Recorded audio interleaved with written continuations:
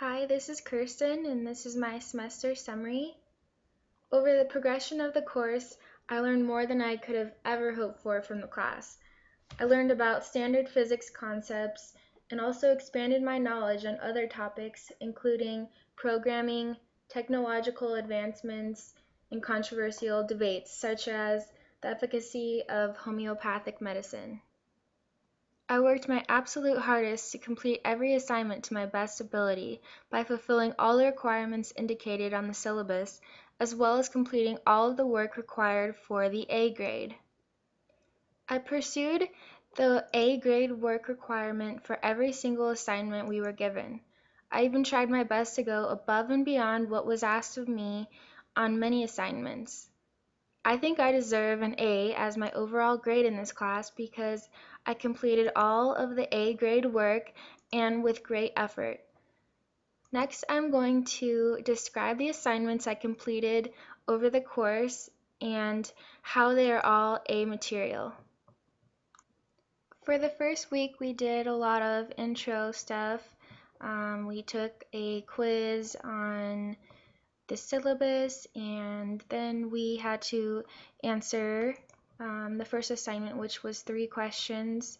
What is physics? What is reality? And is physics real? And I feel like this assignment was basically to get our minds going and to get us to really think about this class and how it is going to pertain to us in our lives.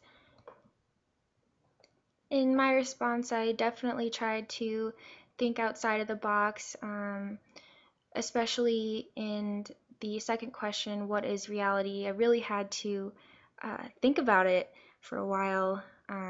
There's obviously the dictionary definition that tries to explain what reality is, and then I went ahead and kind of described what I feel reality is. And then I made sure to reply to my classmates and tried to get some good discussions going.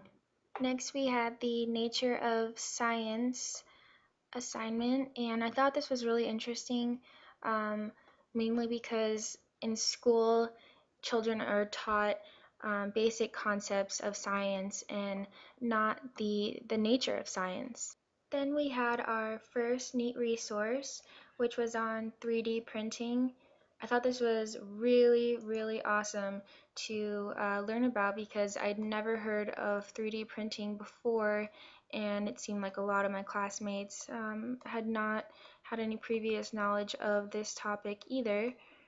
I picked a video that was about prenatal imaging technology, and basically they can take a picture of a sonogram and create a 3D model of a baby before it's born at actually a minimal cost, which is really cool.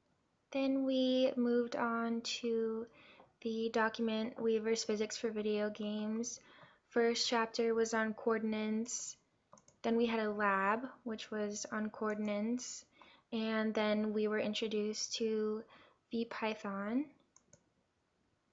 We worked on vectors next, and then moved into uniform motion. Then we had a lab with the tracker software. Then we had to do some programming in VPython with uniform motion. Then we continued using VPython through these chapters. Then we moved on to Galilean relativity. Here are some examples of the programs that I worked with throughout these chapters that I mentioned. Here are the balls in uniform motion. This is the first spiral kinematics homework. And then here is one of the games that we had to create with VPython. Next, we learned about the coefficient of restitution. We also created the game Pong with VPython. Then we continued some work with Tracker. Next we learned about Newton's second law, and then also modeling motion of a fan cart using VPython. Then we created the lunar landing game, which was really fun to do. Here's what the Pong game looked like. I thought it was really cool how we had to figure out how to create this paddle with two different colors. Here you can see the Tracker example of the fan cart, and then here is the Tracker lab report.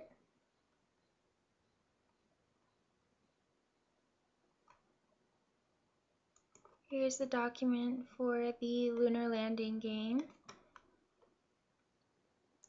and this is what the game looks like. This is the lab for the video analysis of projectile motion, and this is the Tracker file that goes along with it. This is the Angry Birds lab that we had to do. And then here's the corresponding Tracker video. As you can tell, I have completed all of the assignments for the A grade, and here are just some more kinematics homework worksheets. Going back to our discussion assignments, we had the 4D Humanity assignment where we read your document about the four-dimensional human existence. I really liked reading about this. I didn't really previously think about humans in this way and what dimensions they have and could possibly also have. The NEAT Resource 2 topic was on coordinates, vectors, and uniform motion. I picked a video that talked about motion, speed, and direction from a really different perspective. It had the viewer consider their precise speed as they are sitting in a chair, not moving, but in actuality they are moving, as the video explains, because of course the Earth is rotating and it is orbiting. For the assignment Students Today and Shift Happens, we watched two videos. The first video shared a lot of statistics about students in the classrooms today.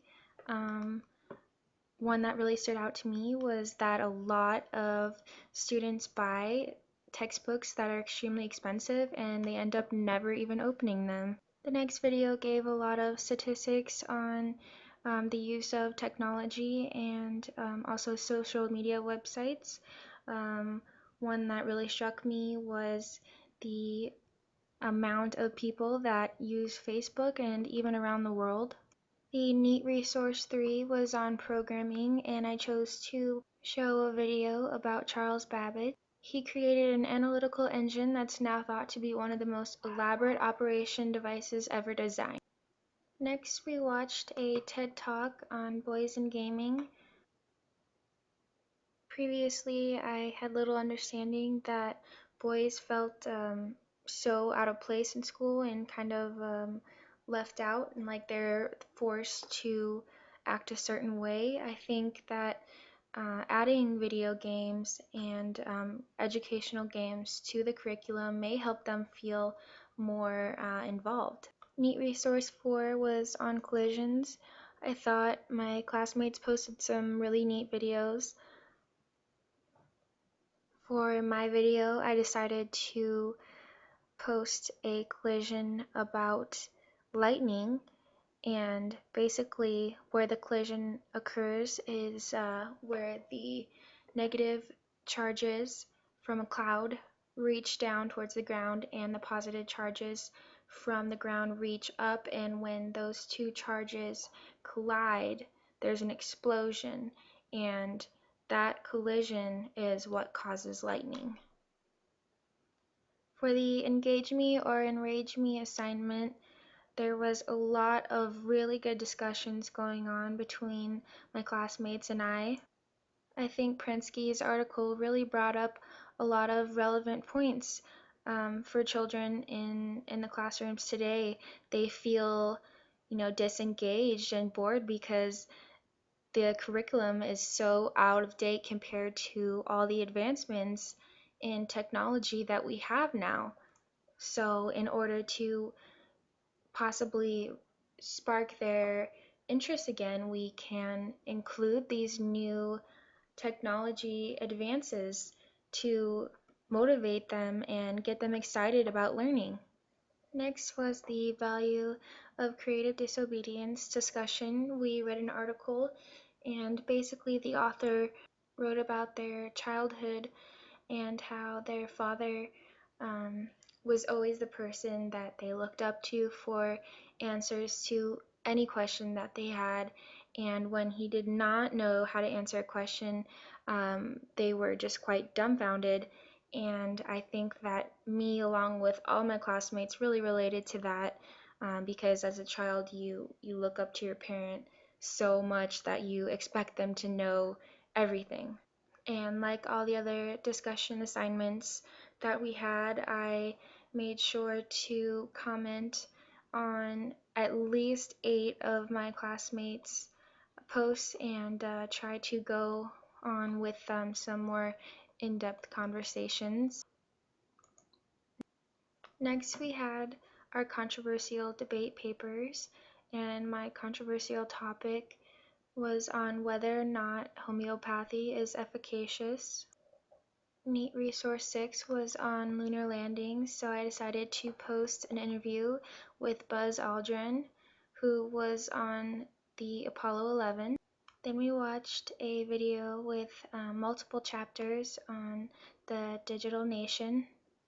I thought this video tied in very well to all of our other discussions that we had during the course. A couple things that I found really interesting in this video was the multitasking and how so many students feel that they're very good at multitasking, but in reality, their performance is actually decreasing while they multitask. Another thing is how people are saying that we are so consumed in technology and this digital era, but you have to remember that we can choose how much we want to live in this digital nation. The last neat resource was on the Large Synoptic Survey Telescope.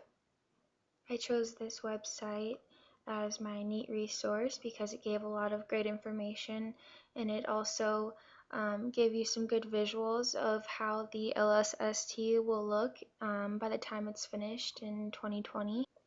For our cultural science requirement, I went to the Arizona Challenger Space Center. Here is my reaction paper, and here are some pictures from the trip.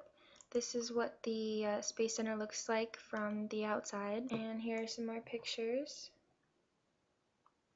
This shows the galaxy in different wavelengths to explore otherwise invisible objects. While I was there, I also got to do a simulation of a rendezvous with a comet, and basically we acted as if we were either in the control center or the spacecraft while on a space mission, and I got to work with robotic arms in order to check air filters to see if they were at safe levels of toxicity. Finally, I went back to reply to everyone's controversial debate papers. I thought everyone did a really good job. Throughout the entire course, I spent approximately 216 hours with a weekly average of about 27 hours. I spent more than the suggested time working on the course material, and I purposely went above and beyond the assignments, following the directions carefully and completing all of the work required for the A grade. With all of these things considered, I believe that is why I deserve an A as my final grade for this class. I really enjoyed this course, so thanks again.